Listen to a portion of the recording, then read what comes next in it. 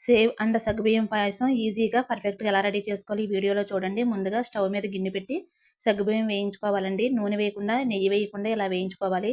ఇలా వేయించుకుంటే పేలాల్లాగా అవుతాయండి. చూడండి వైట్గా చక్కగా వచ్చాయి కదా. అవి ఒక బౌల్లోకి తీసేసుకున్న తర్వాత అదే గిన్నెలోకి కొంచెం నెయ్యి వేసుకుని మనం ఎంతైతే సేమియా తీసుకుందాం అనుకున్నామో అది వేయించుకోవాలండి. అవి వేయించుకున్న తర్వాత అవి కూడా ఒక గిన్నెలోకి పక్కకు తీసుకోవాలి. తర్వాత అదే గిన్నెలోకి ఇంకొంచెం నెయ్యి వేసి డ్రై ఫ్రూట్స్ వేయించుకోవాలండి. మనకి ఇష్టమైన ఏమైనా డ్రై ఫ్రూట్స్ వేయించుకోవచ్చు.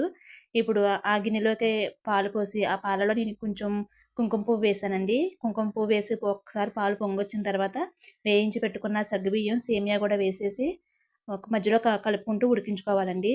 సగ్గుబియ్యం సేమియా దగ్గరికి ఉడికిన తర్వాత అందులోకి సరిపడినంత పంచదార, మనం వేయించి పక్కన పెట్టుకున్న డ్రై ఫ్రూట్స్ వేసి కలుపుకోవాలండి. అంతేనండి, ఈజీగా టేస్టీగా ఇలా రెడీ చేసుకోండి. సేవ్ అండ్ సగ్గుబియ్య పాయసం రెడీ.